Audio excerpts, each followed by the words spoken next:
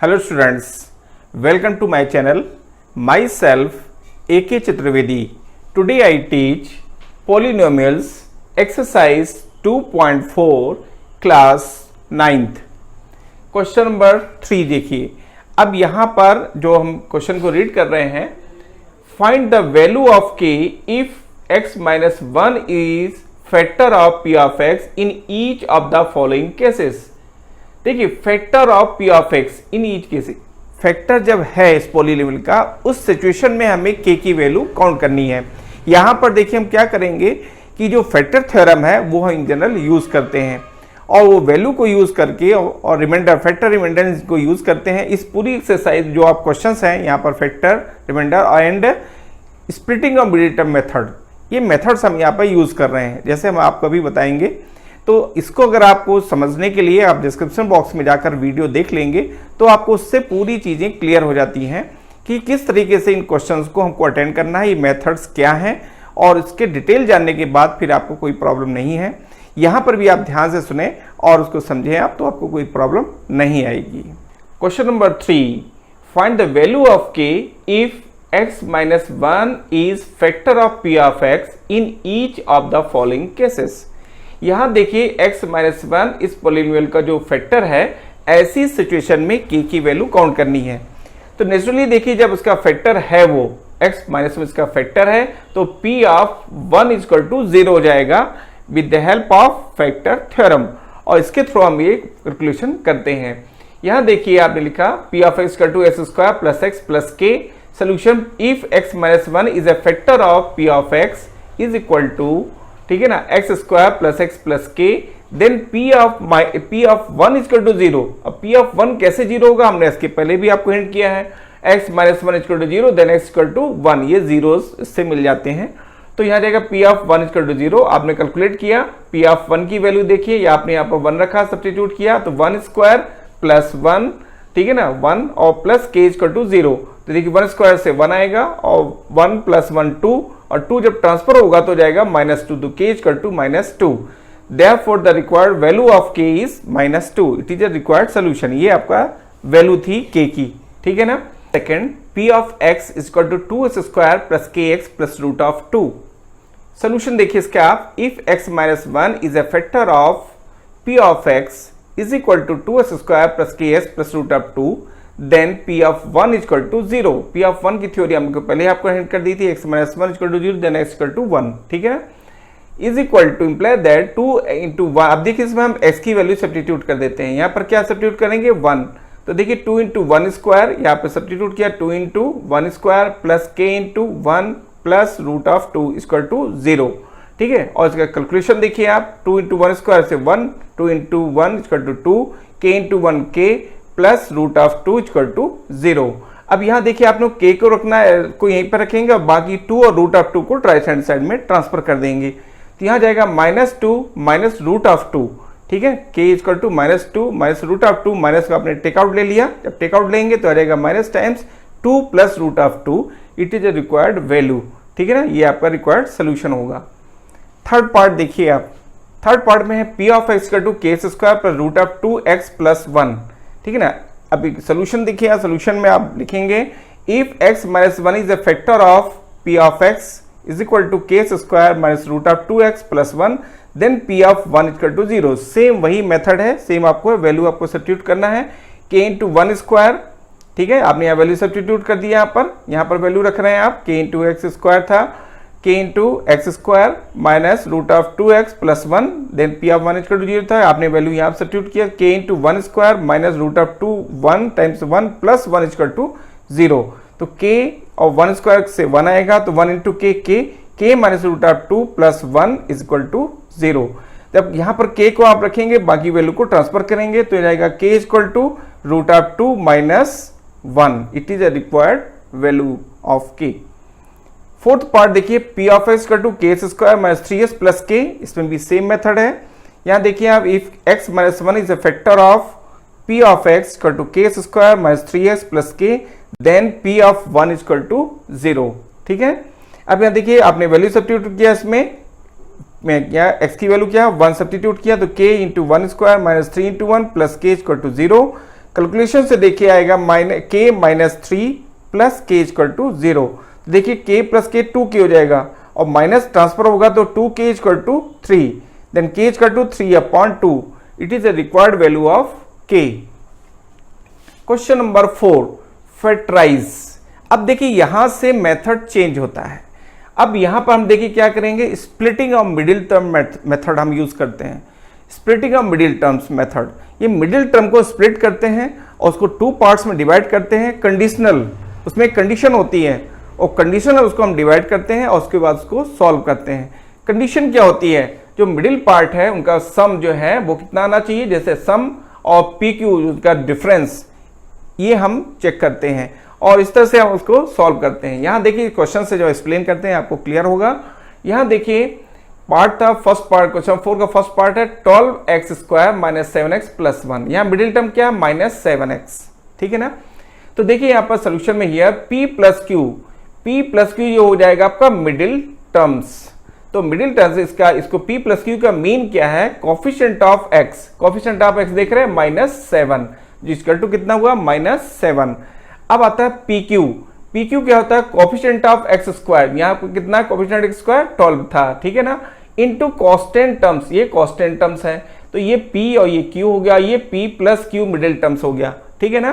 तो इस तरह से हमने ये लिखा। उसके बाद वैल्यू देखिए, कोफिशिएंट ऑफ x² 12 था, ये 12 लिखा गया है, इनटू कांस्टेंट टर्म्स क्या है 1 है, इनका मल्टीप्लिकेशन आ गया 12। अब यहां पर हम इनको डिवाइड करते हैं, किसको, p plus Q in middle terms को इस तरह से डिवाइड करते हैं।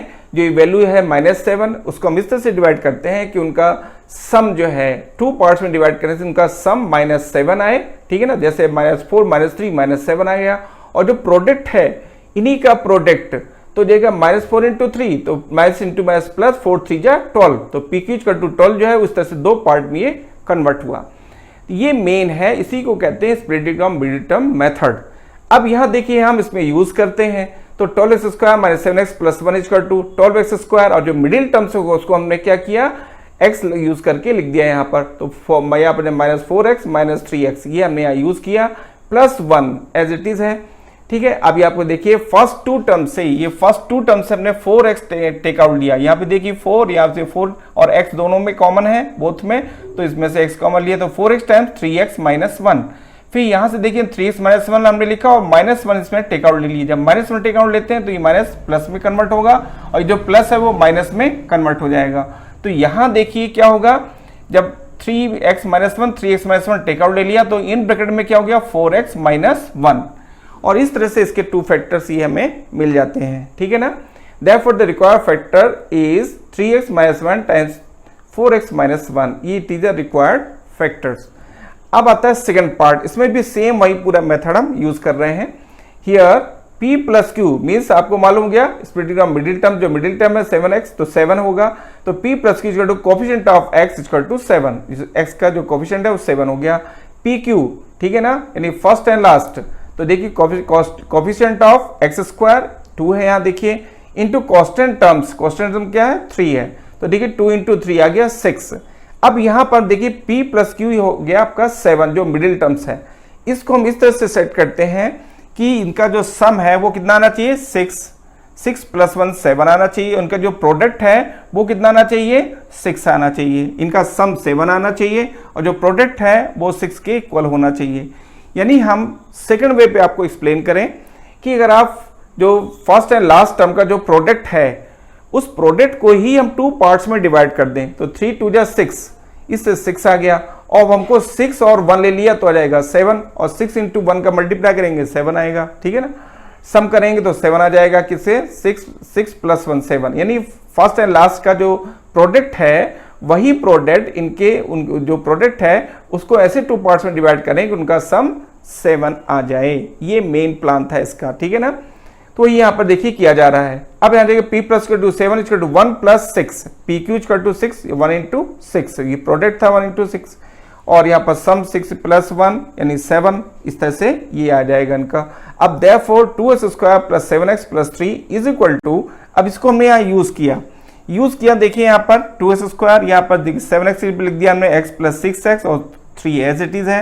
यहाँ फर्स्ट 2 से x टेक आउट ले लिया तो 2 आपका यहाँ पर रहा 2x, ठीक है, और प्लस 1 x यहाँ से आउट हो चुका है, यहाँ पे 2x प्लस 1 और हमने क्या किया दोनों से 3 को टेक आउट ले लिया, तो 3, ठीक है, 3 टाइम्स 2x प्लस 1। और फिर देखिए 2x प्लस 1, ये जो 2x प्लस 1 है देख रहे हैं आप, ये 2x प्लस 1 और ये 2x प्लस 1 इनको टेक आउट लिया हमने, तो 2x प्लस 1 और ब्रैकेट इन ब्रैकेट में जाएगा x प्लस 3, ये x plus 3। Therefore the required factor is x plus 3 times 2x plus 1. It is a required factors. अब देखिए हम आते हैं थर्ड पार्ट। थर्ड पार्ट में है 6x square plus 5x minus 6। यहाँ देखिए इनका जो सोल्यूशन में आएगा, here p plus q equal to coefficient of x equal to 5। pq means coefficient of x square into constant terms. Coefficient of x square 6 है और कांस्टेंट टर्म्स क्या है, -6 है। देखिए इनका जो प्रोडक्ट किया गया -36 आ गया। अब हम p प्लस q जो हमने फैक्टर किए थे उनको हम इस तरह से एडजस्ट करेंगे कि उनका जो प्रोडक्ट है वो आ जाए -36, ठीक है ना। इस तरह से अब 2 फैक्टर्स में कन्वर्ट करते हैं। तो देखिए p plus q equal to कितना है 5। अब हमने लिखा 9 प्लस -4, तो देखिए आ जाएगा आपका, आप इनको जब सम करते हैं तो क्या आएगा 5 आ जाएगा, और मल्टीप्लाई करते हैं तो क्या आएगा 9 4 जा 36 -36 की प्रोडक्ट के इक्वल है। तो यहाँ देखिए PQ equal to -36 is equal to 9 times -4। इनका जो प्रोडक्ट होगा वो आपका ये 9 है ना, और ये -4 इनका जो प्रोडक्ट है वही आपका इनका भी प्रोडक्ट के इक्वल होना चाहिए। तो यहाँ देखिए इस तरह से ये प्रोडक्ट हो गया और ये हो गया सम। अब आता है Therefore 6x square plus 5x minus 6, ये आपका फैक्टर था जिसके फैक्टर करने थे आपको पॉलिनोमियल्स के। यहाँ देखिए हमने क्या किया, मिडिल टर्म को स्प्लिट किया, यहाँ पर 6 स्क्वायर, यहाँ पर जाएगा 9x माइनस 4x लिखा जाएगा, तो 5x आएगा -6 एज इट इज है। अब आपने यहाँ क्या किया कि यहाँ पर देखिए, यहाँ पर हमने फर्स्ट 2 से 3x टेक आउट ले लिया। जब 3x टेक आउट होगा तो यहाँ पर आ जाएगा 2x, यहाँ आ जाएगा प्लस का 3, ठीक है। और ये माइनस दोनों से -2 टेक आउट ले लिया तो जाएगा, आप दोनों प्लस के हो जाएंगे तो जाएगा 2x प्लस 3। अब देखिए यहाँ पर जो फर्स्ट आपका टर्म्स है, इस फर्स्ट टर्म से और सेकंड टर्म से दोनों से आपने क्या किया 2x माइनस 3 टेक आउट लिया। जब आप 2x माइनस 3 टेक आउट लेते हैं तो इन ब्रैकेट में 3x माइनस 2, इस तरह से ये फैक्टर्स आपके आ जाते हैं। और therefore the required factor is 3x minus 2 times 2x plus 3। It is a required factor, ठीक है ना। अब आता है लास्ट यानी फोर्थ टर्म्स। जो फोर्थ पार्ट है, इस फोर्थ पार्ट में आप देखिए यहां पर है 3x square minus x minus 4। यहां भी देखिए आप वही मेथड सेम अप्लाई होता है। Here p plus q equal to coefficient of x equal to -1, देख रहे हैं आप मिडिल टर्म में -1 है। pq यानी p एंड q, तो ये हो जाएगा कोएफिशिएंट ऑफ x स्क्वायर, ठीक है, इनटू कांस्टेंट टर्म्स। कांस्टेंट क्या है -4 है, तो 3 इंटू -4 इक्वल टू -12। अब हम इन्हीं से एडजस्ट करते हैं। ये जो इसके देखिए आप p प्लस q का फैक्टर है -1, ठीक है ना। अब इसमें देखिए इसको हम इस तरह से एडजस्ट करेंगे कि इनका प्रोडक्ट -12 आ जाए और इनका जो सम है वो कितना आ जाए -1। तो देखिए यहाँ पर p प्लस q हमने लिखा है -1 जो कि इक्वल है 3 प्लस -4 की। इनका सम करेंगे तो -1 आएगा, और जब इनका मल्टीप्लाई करते हैं, ठीक है ना, pq तो कितना आएगा -12, ठीक है ना। तो -12 यानी 3 इंटू -4, ठीक है। ये जो हमने 3 और 4 था ना, इन्हीं का मल्टीप्लाई 12 है, ये -12। अब देखिए यहाँ पर 3x square minus x minus 4, it is a required quadratic polynomial था और ये इसी के हमें फैक्टर काउंट करने थे। तो यहाँ देखिए इस मिडिल टर्म्स जो -x इसको हमने स्प्लिट किया, यहाँ पर 3x माइनस 4x लिखा जो कि -x के इक्वल है। अब देखिए यहाँ पर 3x square plus 3x minus 4x minus 4 आपका एज इट इज है, 3 स्क्वायर एज इट इज है, इस ओनली मिडिल टर्म को स्प्लिट किया गया है। अब यहाँ से फर्स्ट 2 टर्म से आपने 3x टेक आउट लिया। जब फर्स्ट 2 टर्म से आप 3x टेक आउट लेते हैं, ब्रैकेट में आ जाएगा x प्लस 1, 3x आउट हुआ तो यहाँ से x हुआ और 3x पूरा आउट हो गया तो यहाँ 1 आएगा। सेम आप x माइनस 1 नोट कर दीजिए और यहाँ पर आप -4 से मल्टीप्लाई करेंगे, ये नंबर आ जाएगा। अब यहाँ पर देखिए क्या हुआ कि फर्स्ट जो आपका था, यहाँ पर देखिए यहाँ पर देखिए आपने x प्लस 1 टेक आउट ले लिया तो ब्रैकेट में रहेगा 3x माइनस 4। तो यहाँ पर देखिए जो ये आपका रिक्वायर्ड फैक्टर होगा। Therefore, the required factor is 3x minus 4 times x plus 1. It is a required factor. Thank you. Take care.